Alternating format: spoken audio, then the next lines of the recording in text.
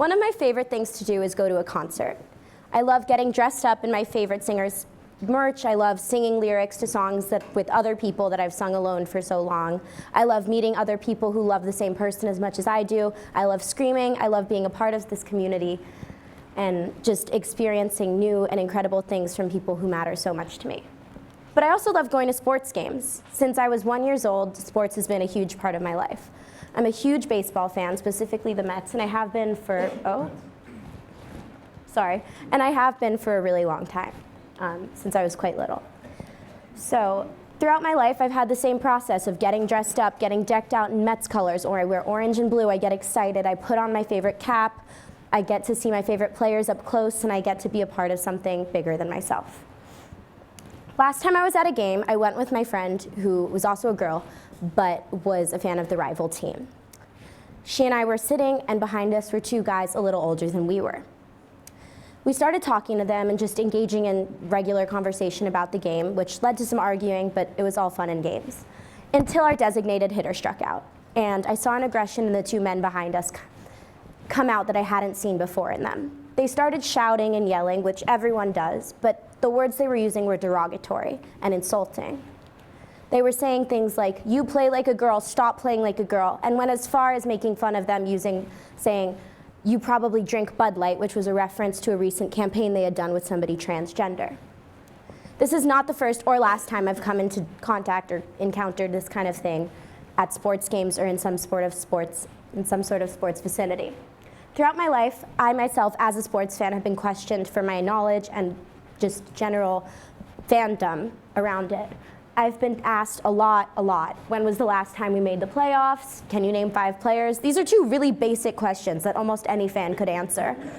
And none of my male counterparts have ever been asked this, so it's kind of ridiculous that they always ask me. I also get met with a lot of backhanded compliments, such as, "You know a lot for a girl," which, although they mean well, maybe, never comes out that way. And at games, almost every game I've ever gone to, I've heard a player be yelled at with the term "girl" as an insult. So I want everyone in the audience to raise their hand if they consider themselves a fan of a sports team of any sport. I want you to look around and see whose hands are up. Put your hands down. And I want you to raise your hand if you consider yourself to be a fan of any sort of female celebrity, whether that be a singer, actress. Okay, look around. Put your hands down. So when differentiating between sports fans and fangirls, there aren't actually that many differences. The main difference is demographics. So 44% of sports fans are men who range from ages 35 to 44, while the average fangirl is obviously female, and her age range is from 14 to 23. Notice that the age for fangirls is much, much younger than the age for sports fans and male sports fans. This is because women oftentimes are ridiculed and put down and told that what they love and show excitement for is childish and something they need to grow out of. So if we're talking about fandom culture, we just have to start with the question of what makes a fan. A fan is an ardent and active admirer or supporter of somebody or a team that they are not a part of. But when we're talking about fandom, a lot of the time we see certain people as fans and other people not as fans, and a lot of the time this is in relation to their gender. Why do we consider this a fan, but not this? Why are we considering this a fan, but not this? That's actually me when I was younger. So why are we fans? So when we're talking about why in general people want to be fans, we have to talk about 2 terms: Korfing and burging. They sound a little weird, but we'll get into it. Burging is the act of basking in reflected glory of a team or person that you are not in any way contributing to their achievements. This was first coined by Robert Cialdini in the 70s, who was a leading psychologist. The term Korfing is cutting off reflected failure. This was first apparent when people would wear their team's colors and their team's jackets and merch when their team was winning, and later when their team lost, they stopped and they kind of backed away from that. As my dad's friend says, when my team wins, we win. When my team loses, they lose. So what comes with sports is passion. I think almost anybody who's ever been to a sports game knows that. But passion gets really extreme. Around 50% of sports fans say that they're willing to donate an organ to see their team win the playoffs, and 10% are willing to chop off their finger. But a lot of the time, with male passion comes aggression, and unfortunately, with aggression comes abuse. So in a study done by the Lancaster University in England, it found that when a sports team, a soccer team specifically that they were studying, lost, domestic abuse incidents in the homes of fans went up 38%.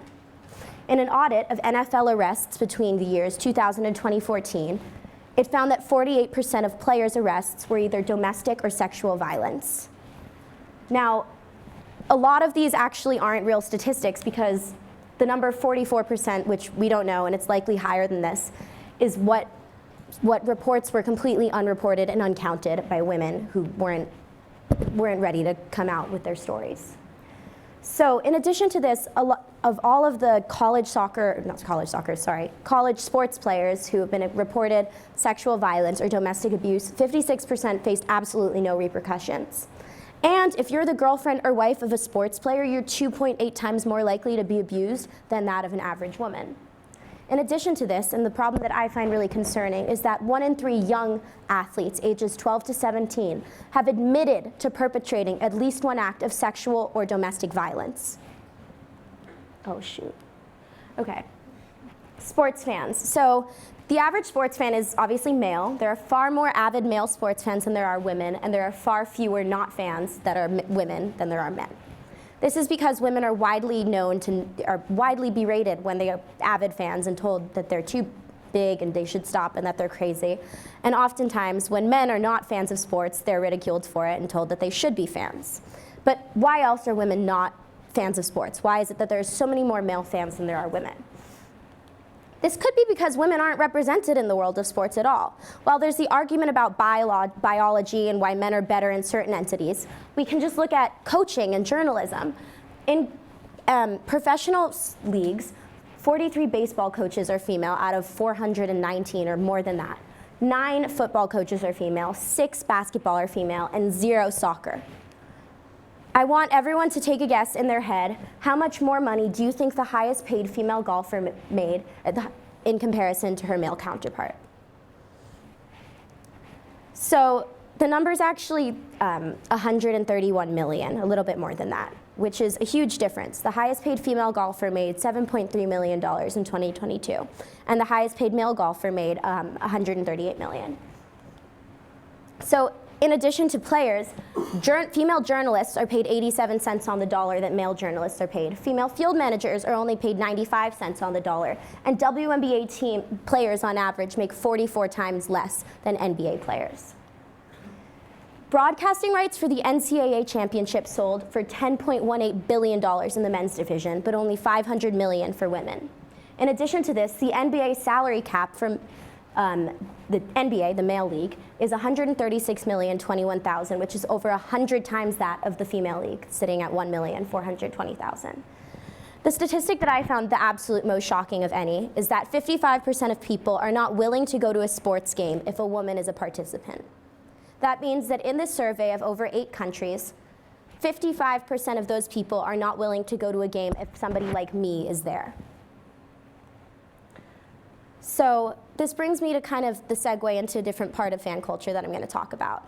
I've been a massive Taylor Swift fan my whole life, and she's been a really big part of my girlhood and upbringing. She's helped me through my lowest of lows and highest of highs, and her music has put into words what I never thought was able to be.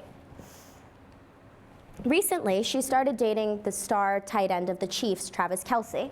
As soon as she appeared at one game, his jersey sales went up 400%, his podcast went to #1 on Apple Music, and NFL viewership increased 22%. However, she was still met with intense backlash and hate that went as far as conspiracy theories claiming her to be a government psyop, which 1 in 5 Americans ended up believing. So why is it that she and her fans are so ridiculed and are put down for just being excited and passionate women when male fans and sports fans often aren't? What are the differences between these two fandoms? Fangirls, as you can see, they get excited, they scream, they shout, they wear their favorite singer's merch, they cry, they dress up, they take videos. Sports fans don't look too different to me. I mean, they're wearing their team's colors, they're decked out, they're screaming, they're shouting, they're excited, they're passionate. So aside from maybe the pitch of the screams, the only difference I was really able to pinpoint was aggression. It's really rare to find a fight breaking out at a concert. You don't ever really hear about Taylor Swift fans killing each other the way you do about sports fans. So because of this, because not only are women, finding violence in sports arenas, but then at home, because of sports teams, they often are faced with domestic violence. They face this lack of security in the sports world that leads 4 in 5 women to turning to mainstream artists on the Billboard Hot 100, such as BTS or Pink. So even still, when women support people that are there for them with the intention of having fans who look like them, they're met with ridicule. I've been told many times I'm crazy and obsessive, which I might be, but men who have the same excitement and love don't get told that. In addition to this, a lot of the comments I hear are about her as a person, and a lot of them are really demeaning and sexualizing. I'm told that she only writes songs about her exes, and she's a serial dater, which has nothing to do with her craft and the fact that she's a record-breaking artist. So while I'm not expecting any systemic change, I've lived here for 17 years, I know that's not really gonna happen. I'm not expecting anyone to, really change either. All I can hope for is that after watching this talk, next time you see a girl or woman be really excited about something or show passion for something she cares about, that you don't put her down or ridicule her for it, and that you treat her the same way you would any male fan. Because at the end of the day, our love is rooted in the same thing. I love sports, I love Taylor Swift, I love all of these things, and that's possible as a girl, and I shouldn't have to feel bad about that. Thank you.